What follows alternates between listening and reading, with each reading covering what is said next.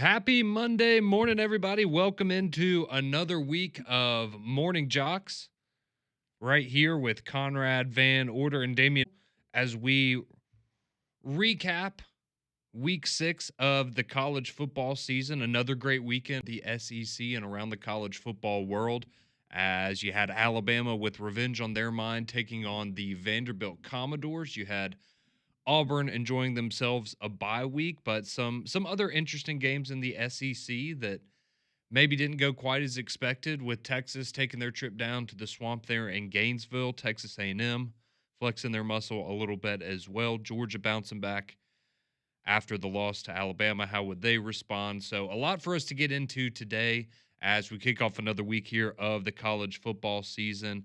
And of course, we before too long we'll be having our eyes turned to week 7, which is going to be another great slate of games here in the SEC. But let's kick things off, Damien, with the big one we had down in Tuscaloosa, Alabama on Saturday, because that's where College Game Day was. That's what we talked about all last week.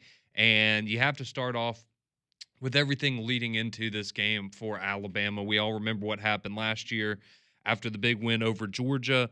Alabama was the number 1 team in the country, went up to Nashville, Tennessee, and had, arguably or potentially more fans in the stadium than Vanderbilt did last year. And all Vanderbilt did was find themselves with an upset of the number 1 team in the country. And that was really kind of their breakout moment last year with Diego Pavia, where people started to look at Vanderbilt and go, okay, this is a different Vanderbilt team than we've seen here in recent history. And so of course, they tear down the goalposts, they take them down Broadway. It's a big thing for Vanderbilt last year, and certainly one of the biggest wins, if not the biggest win in the history of their football program. So now we fast forward to this year.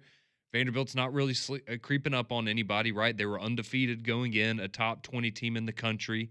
Diego Pavia was, starting to hear his name and, legitimate Heisman conversations. Vanderbilt was starting to be thrown around as a playoff contender even before this Alabama game, right? So they had set themselves up very, very nicely to start the year. And of course, Diego Pavia had spent a lot of time this offseason talking smack, and rightfully so, right? He had beaten the number 1 team in the country last year. He's a confident guy. You're going to be confident again going into the matchup this year. So then we fast forward to what actually happened on Saturday in Bryant-Denny Stadium. And, we can start with this because I really do feel, if you missed this game, or, maybe you watched it and you walked away at halftime when it was tied, something like that, you go and you look 30-14. Okay, well, Alabama, all right, that's a pretty good win for it, right? They covered, they won by double digits over a ranked opponent. That's a pretty good win. But the score definitely doesn't do justice, Damien, to just how close this game really was. And I think, first off, you have to give a lot of credit to Vanderbilt, because despite all of the smack talk and everything that went into it, all the flair around the game, when the game kicked off, Vanderbilt actually played that they were better than Alabama in the first quarter, and they were neck and neck with them there in the first half. So I think I was very, very impressed by what Vanderbilt was able to do until the second half, when Alabama really did start to dominate and take over, it felt like. But, at least for the first half, I was really impressed with Vanderbilt, and they were toe-to-toe with Alabama. They did not seem like they were phased at all by having to go to Tuscaloosa and take it on the road. Yeah, but then you could see there's a clear separation of the haves and the have-nots when you got the Jimmies and Joes that Alabama does, and it really made an impact there in the second half. And again, a lot of people will kind of look at the game a little bit different, and we've heard some guys say that there are no such things as halftime adjustments. I think there was. I think it is clear and evident that the second half was completely different for Alabama and for Vanderbilt, because when Vanderbilt had to press, you can tell that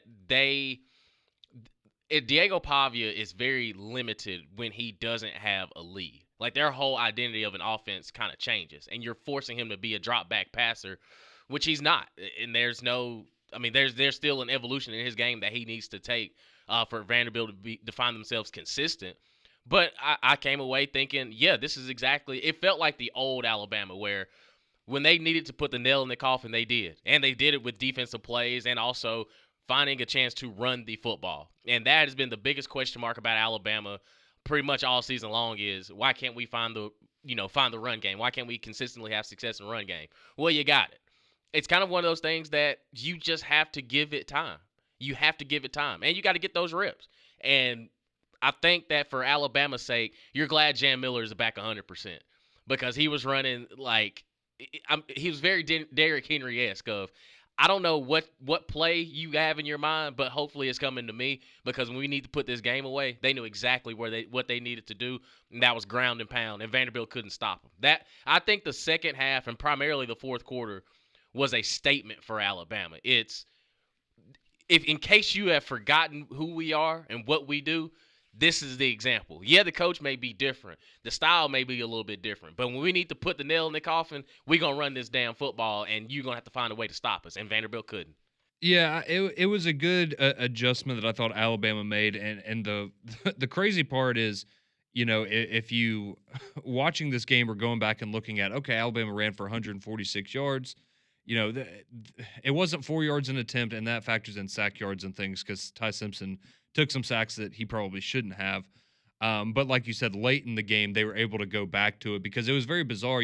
They had 70 rushing yards in the first half, or excuse me, the first quarter, and then they had 3 rushing yards up until early in the fourth quarter after that, where they completely abandoned the run game in the second and third quarters. They were just leaning on Ty, making him throw the ball. And I mean, he answered the call when they needed him to do that.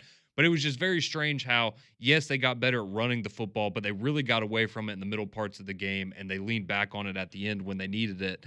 And they were trying to ice the clock. And then, of course, Jam obviously broke that big touchdown run there late to make the score look a little more lopsided than it really was. But I think overall for Alabama, you look at this game and you won this game because you did the things that you did poorly last year. You did those things much better this year, right? You won the time of possession battle.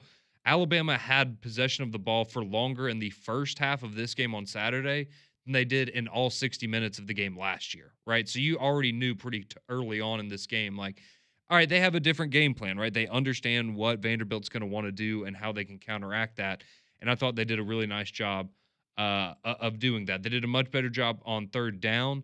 Vanderbilt went 5 of 11 on third down, which, I mean, still isn't terrible going on the road in the SEC, but not what you saw last year. And then, of course, the big, ultimately what ultimately changed the game for Alabama was you forced 2 turnovers in the red zone. And I think that's the thing for Diego Pavia, right, that he's going to have he's going to be kicking himself over because, I mean, yeah, you look at a couple plays differently. Maybe Vanderbilt wins that game, or maybe Vanderbilt has a lead late in that game and kind of has, Alabama on the ropes there. But I thought Alabama defensively, it felt like, again, just like in the Georgia game, right? Every time that you needed a big play to happen, somebody was there to respond and to make that big play. So I thought that was very, very very impressive overall. But Ty Simpson, again, I mean, he had a great game. I know he had that first interception on the opening drive, which I'll be honest, I thought that was a terrible decision. That was just it looked like a brain fart play, honestly, because everything else that you've seen from him this year,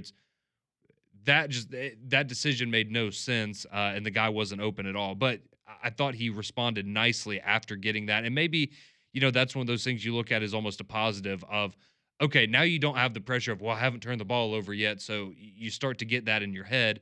Well, now that it's happened, I think he went out there and you saw him play pretty loose after that. So I thought a very solid day overall for the offense.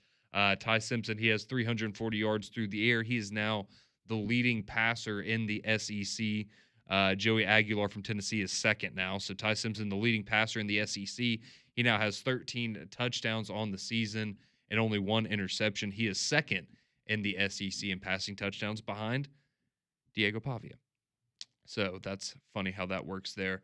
But yeah, Pavia, not his usual self. He had 198 yards through the air, 1 touchdown, 1 interception. He was able to do some things with his legs, but it really felt like after that first quarter, you had the big 65-yard touchdown run. Pavia broke a big run.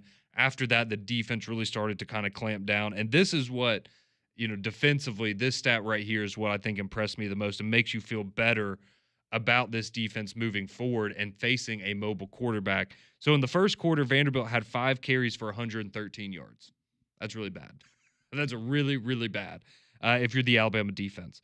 In the second quarter, they had 6 carries for 13 yards. Mm-hmm. In the third quarter, they had 5 carries for 7 yards. Uh-huh. And in the fourth quarter, they had 0 carries for 0 yards. Exactly. So that's, yeah, That's I getting your cleats in the ground. It wasn't pretty early, but Yeah. you responded the way that you needed to there if you're the Alabama defense. So a big win there for the Tide as they learn from their mistakes of last season and they get back-to-back top 25 wins. They were rewarded yesterday by moving up to number 8 in the AP poll, so that's where Alabama lands now in the latest rankings yesterday. And now they turn their attention to Missouri, where they will have to travel to Como at 11 a.m. on Saturday. And we're going to spend a lot of time breaking that one down throughout the week because I think there's a very real chance that this is. I think you could argue this is going to be the most difficult game on Alabama's schedule right now, looking ahead, just because of the timing of the game, literally the time of the game early in the morning, but also where it falls in the schedule. You're going up against arguably the best running back in the country. And I think Missouri is still a team that we all think is really good, but we haven't seen them against the top tier competition. And so this is going to be a big opportunity for them to make a statement against Alabama this Saturday. But we've got plenty of time over the course of the week to get into that matchup. But Alabama, they find themselves now 4-1 overall, 2-0 in the SEC after a big 30-14 win over the Vanderbilt Commodores. But going on around the college football world, and after Alabama kind of put Vanderbilt to bed, I think a lot of people turned their attention and said, "Ooh, Steve Sarkisian isn't our coach right now. Ooh, I'm really glad that James Franklin is not our coach right now." It was a crazy weekend of football, not only in the SEC, but around big upsets in the top 10. If you missed it, we'll break it all down for you next on Morning Jocks.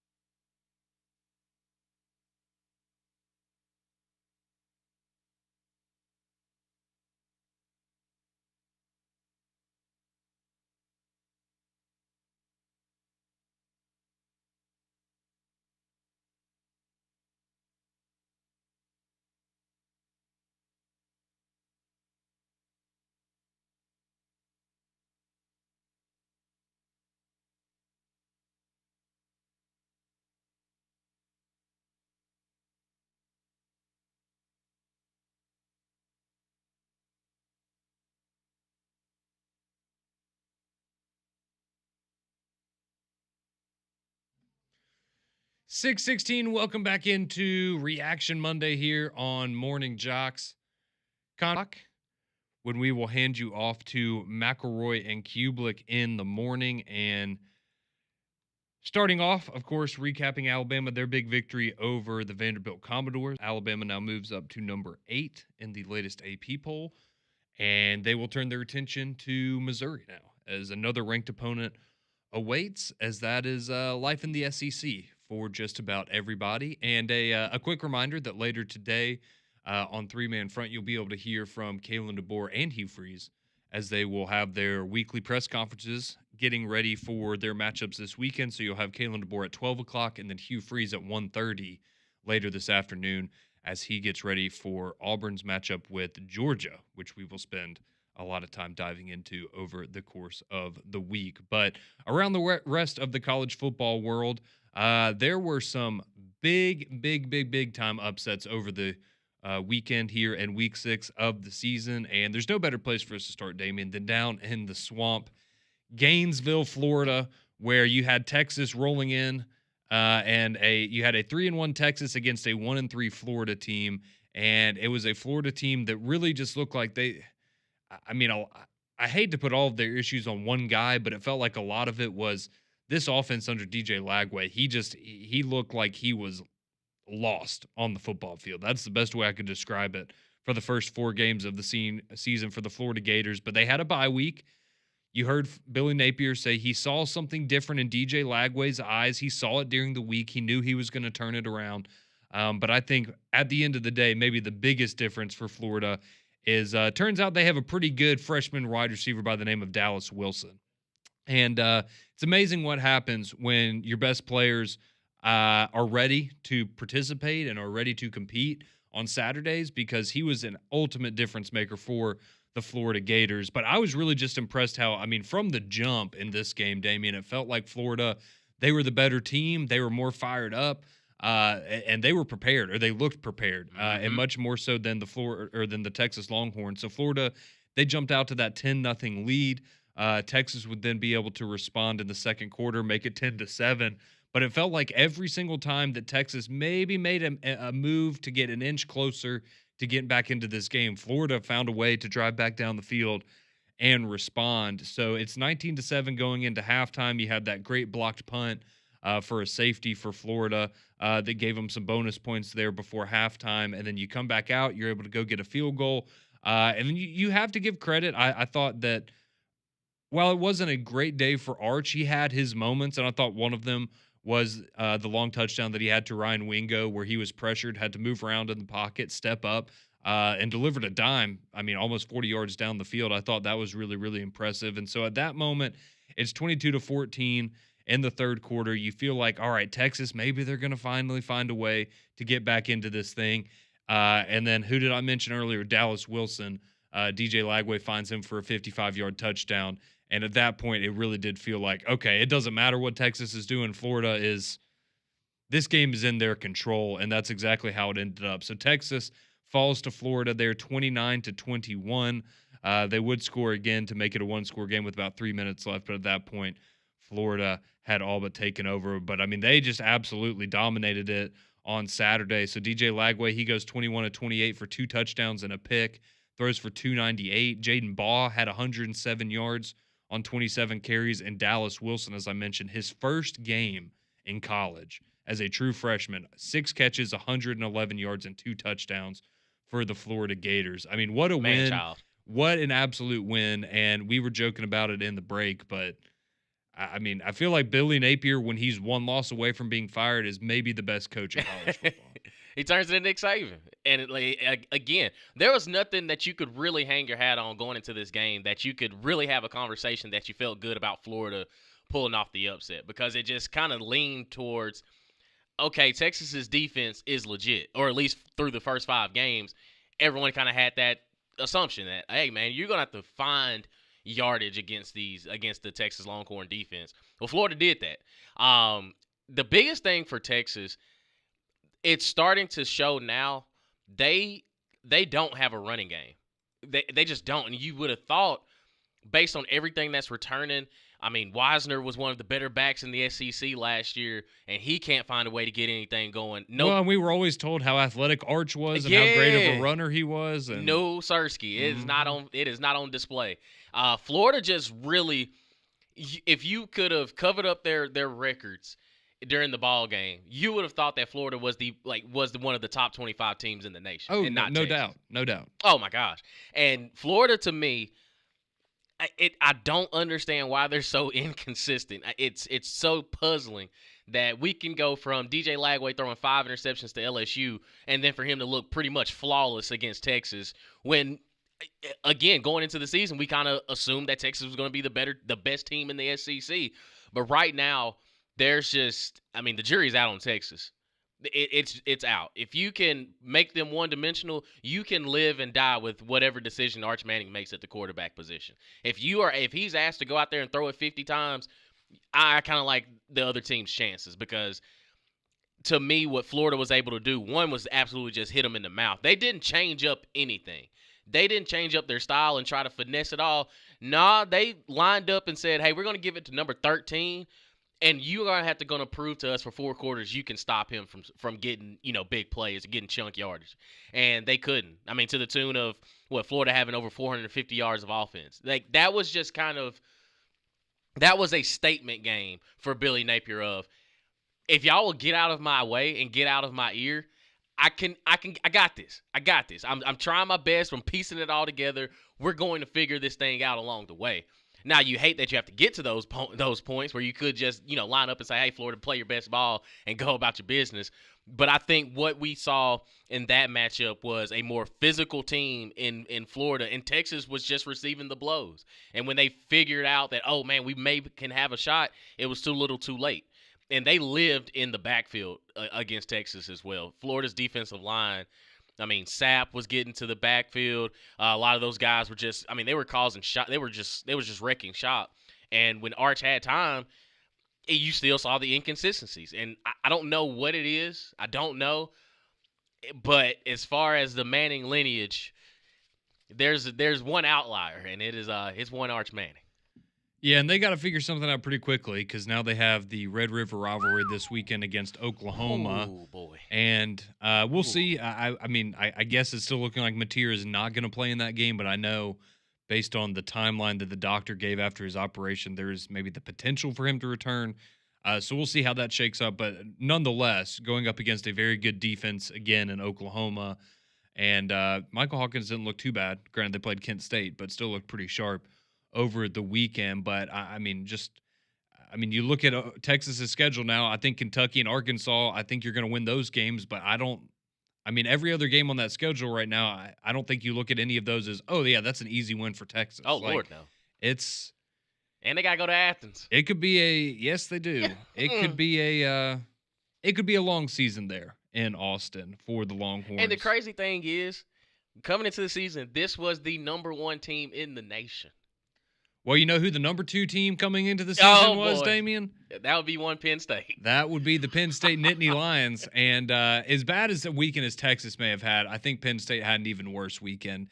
Because if you missed this one, in this game, I mean, it was going on during the Alabama-Vanderbilt game, so I'm sure a lot of people were more focused on that. But UCLA 0-4 going up against Penn State, who, they had the big loss, the rough one against Oregon, but they played them tough, right? They went to overtime.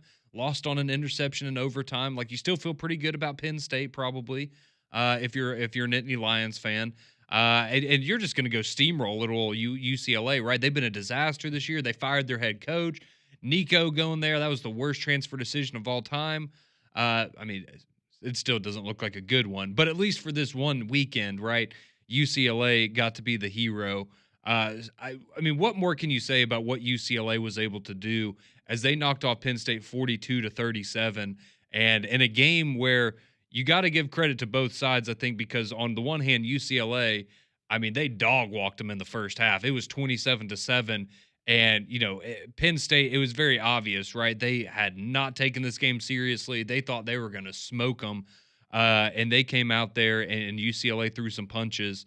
And they got the better of Penn State there in the first half. But Penn State, credit where credit is due, right? Because they were able to come back in this game and at least make it quite interesting. So you had, again, it was 42-37. It was 27-7 at half in favor of UCLA. Penn State's able to come back in the second half, get it to 34-28 at one point. Then they got it to 42-35 with 4 minutes left and weren't able on their last drive to get points and tie this thing up. But I mean, for UCLA to be one of the worst teams in college football this season in the Power Four and to upset a top 10 team, I honestly, thank you. Like, I'm glad that we can just get rid of Penn State. They're out of the playoff conversation. I'm Done. sorry. I know they only have 2 losses, and some people will probably try to find a way to put them back in it later in the year. They should be out of the playoff conversation. We're done with them. It's over. I feel the same way about Texas, honestly. Like, Yeah. at least they have some games where they could work themselves maybe back into that conversation. But I mean, just what a day for UCLA. What an awesome win and an awesome moment for a organization or a program that's been really down in the dumps. Yeah. And I mean, to Penn State's credit, they actually made Nico look like a competent quarterback, which is the first time all season long. And I don't know. James Franklin, it's the roller coaster is just too much. It's just too much. You can have, questionable losses to, let's say, a Maryland or an Indiana when they're rolling hot or Illinois when they're tough. But UCLA was arguably one of the worst football programs in college football right now. And you just slept walk through the first half, and then when you woke up, it was too little too late. And I am so glad that a lot of people finally look at Drew Aller for what he is. That he's not that guy. And I saw it last year, and I had my reservations about Penn State coming into the season, and I was like, okay, a close loss to Oregon, understandable. You took them to the wire, overtime, and it's like, okay, they'll be able to right the ship. But for your performance and the way that you went out there against UCLA in front of 74 fans, and UCLA goes out there and absolutely mollywops you from beginning to end, that's an embarrassment. And there's a reason why they are unranked right now. Like it is, there is nothing you can say to justify what happened on Saturday. And I'm kind of with you on Texas too. It's yeah, we kind of gave y'all the benefit of the doubt one too many weeks. Like we should have just trusted our eyes and like, you know what, this ain't the Texas team we're used to.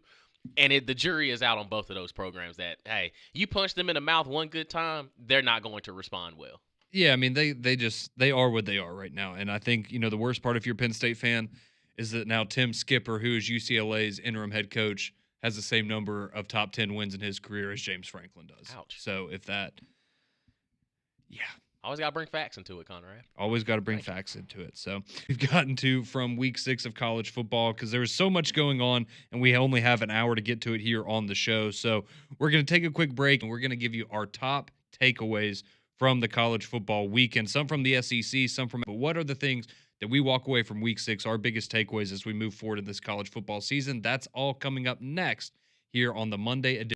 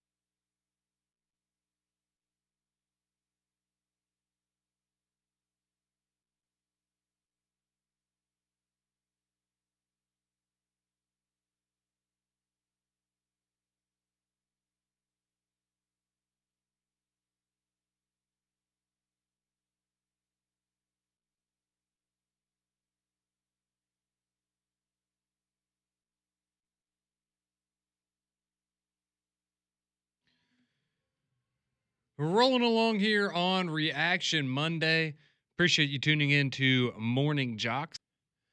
Conrad and Damien will be with you until 7 o'clock as we recap week 6 of the college football season. Big upsets, a couple of top 10 upsets around the country this weekend. And of course, Alabama and their big victory over Vanderbilt. But we only have an hour with y'all each and every morning. And so sometimes, especially after the weekend, right, there's just so much that goes on that we really don't have enough time to get to all of it, unfortunately. So we're going to start doing this on Monday mornings. I think an easier way for us to try to hit on as many things as possible and have just kind of started a conversation with all of you great listeners out there is we're going to share our biggest takeaways from the weekend, right? It could be something from Alabama and Auburn. It could be something from, other teams around the SEC or even something, from, the Big Ten, the ACC, the Big 12, whatever else is going on around the country, especially as we start to move along in the season and we get into the thick of the playoff hunt and, what team should be ranked here, all of that good stuff. So we'll start off with our big takeaways from week 6 of the college football season. So I'll start off, and I'll start with one inside of the SEC, a team that we haven't talked about yet today, and that's Texas A&M. And I know that you might look at a game against Mississippi State and say, man, they're hosting Mississippi State, and that's this is the game that really kind of made you a believer in Texas A&M, but like I believe that Texas A&M is legitimate right now, and that doesn't mean that they can't falter down the stretch. But they're just a team that we are so used to. Let's be honest, we're used to them choking whenever it feels like they have an opportunity to actually make some noise during the course of a season. And they have some tough games left ahead. You still got to play LSU. You've still got to play Missouri. You still got to play Texas. But I thought the way that they handled Mississippi State and a Mississippi State team, they're right. They were up 3-0 early in that game, holding on defensively, giving Texas A&M a lot of problems. But then the way that the Aggies were able to bounce back and really just utterly dominate that game, moving forward and get a 31-9 victory over a very good and much improved Mississippi State team. I was really, really impressed by what they were able to do. And I think offensively speaking, right, we've seen them now defensively, what they did to Auburn, holding Mississippi State to 9 points. And then I think you look at Marcel Reed as a quarterback that he's going to continue to get better. He's certainly not a finished product right now, but they have one of the best run games with Reuben Owens and Le'Veon Moss in the entire country. They have one of the best receiving duos with Craver and Concepcion. Like, they've got elite dudes all over the place, and they play really good defense to go along with it. So I'm a believer in Texas A&M now, Damien, and that's certainly one of my big takeaways from the weekend. Yep, that was my number one takeaway as well. Texas A&M is for real. Then a lot of it just kind of deals with the style in which they can find a way to win. And it wasn't the prettiest in the first half. Marcel Reed didn't necessarily go out there and jump on Mississippi State early on, but I think a lot of the credit goes to what Jeff Lebby and those guys have. They just find a way to get after you. And Texas A&M endured the fight. They made their adjustments, and they showed that they're one of the top teams in the SEC, if not the country.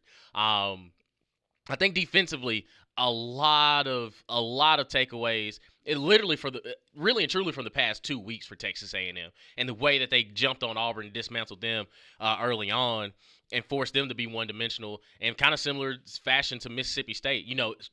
Injury to Fluff Bothwell is absolutely going to crush Mississippi State moving forward. But I think that what Texas A&M was able to do was, in a roundabout way, just kind of choke them out. Where it's okay, well, if this is how this game is about to go, I hope that y'all are ready. And Mississippi State just isn't ready yet. And I think Texas A&M is on a mission.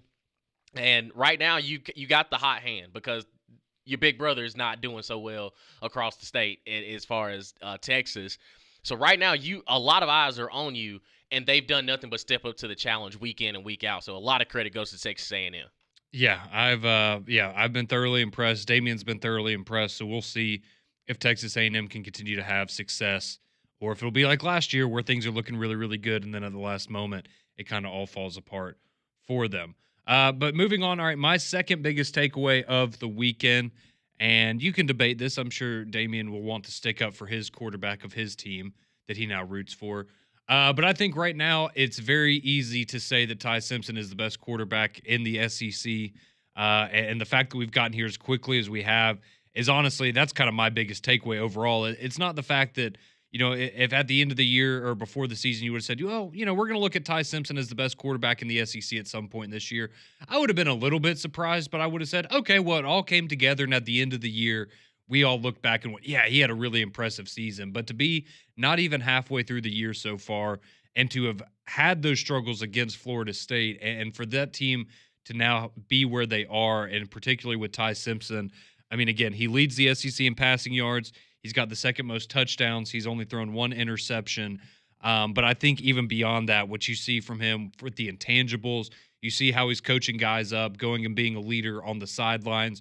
You see the way that he handles the play clock, and I know it stresses a lot of people out. And I'll get it. At times, even for me, I'm like, all right, man, we got to snap the ball, Ty. But you watch the way that he manages things at the line of scrimmage, and it's so impressive. And he seems to know exactly how much time he has, exactly how to make the calls and be direct. And it's been very, very impressive. So for a guy that's making only his fifth start this past weekend and his college career, to have that command of this team and this offense has been so impressive. And then you go and watch him on the field on Saturdays. And yeah, I think there's no doubt right now, if you had to take any quarterback out of the SEC, I think a lot of people would be going with Ty Simpson. And I certainly would be. Well, that's because you're an Alabama guy. That's and I right. completely understand. But Trinidad Chambliss has that role right now as the best quarterback in the SEC. But my second takeaway actually comes from the Big 12, and it's Texas Tech, and they have proven that money can buy you happiness. They made no bones about it that they were going to pull up some of that oil money, some of that deep pocket money in Texas, and say we're going to build and construct and organize one of the best football teams in college football. And right now, what Texas Tech has been able to do, it has shown that, because I think a lot of it had to do with what they were able to do to Utah early on, but just because of the style in which Utah plays. And we know that they're extremely physical, but Texas Tech was matching. They matched that energy. And I think their win over the weekend kind of really shows that they have separated themselves in the Big 12. Not to say that, BYU isn't, knocking on the door, but if you had to pick a team right now that you feel confident that could probably win a football game if they were to make to the college football playoff, it'd be Texas Tech. And I came away really impressed of what they've been able to do. And I don't really see too many teams in the Big 12 kind of slowing what they have going on. But like I say, money can buy you happiness, and that's Texas Tech.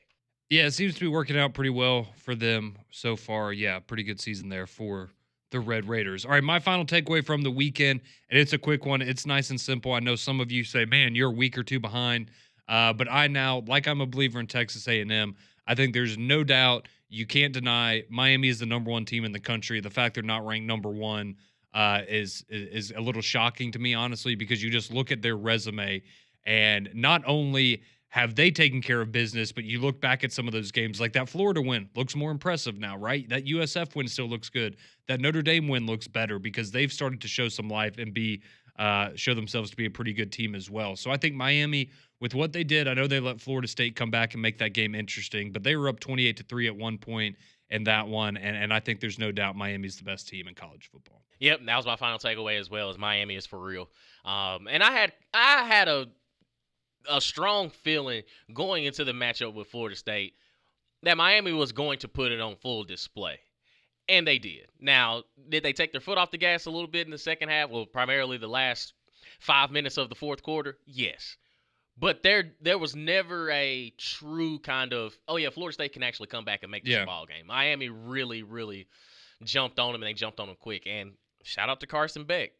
For as tumultuous of an offseason as he's had, he's done nothing but step up to the plate and really put this Miami team in. A lot of credit, too, goes to their defense for bending but not breaking. Well, and that was their problem last year, right? Was they had an incredible offense, but just turned that around. And yeah, I don't think there's any doubt that they should be number one right now. But we turn the conversation over to you now. What are your big takeaways from the weekend, whether it has to do with Alabama, other teams are on the SEC, or maybe, hey, you're just looking forward to what Auburn's got coming up this weekend against Georgia. But we turn the conversation over to you, 205-834-9450. We get your reaction to Week 6 next, right here on JOX.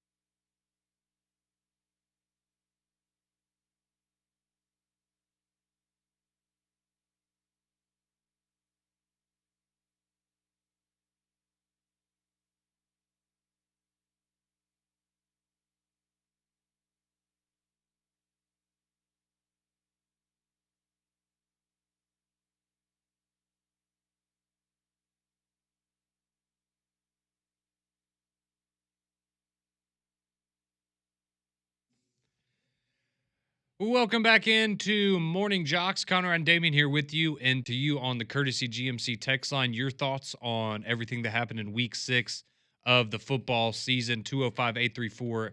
I was wondering, did you watch College Game Day? I did, yeah. Did you enjoy it?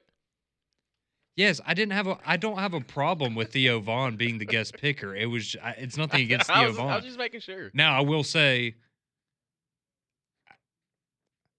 he didn't seem like he was in his right mind during the segment. I'll just say that.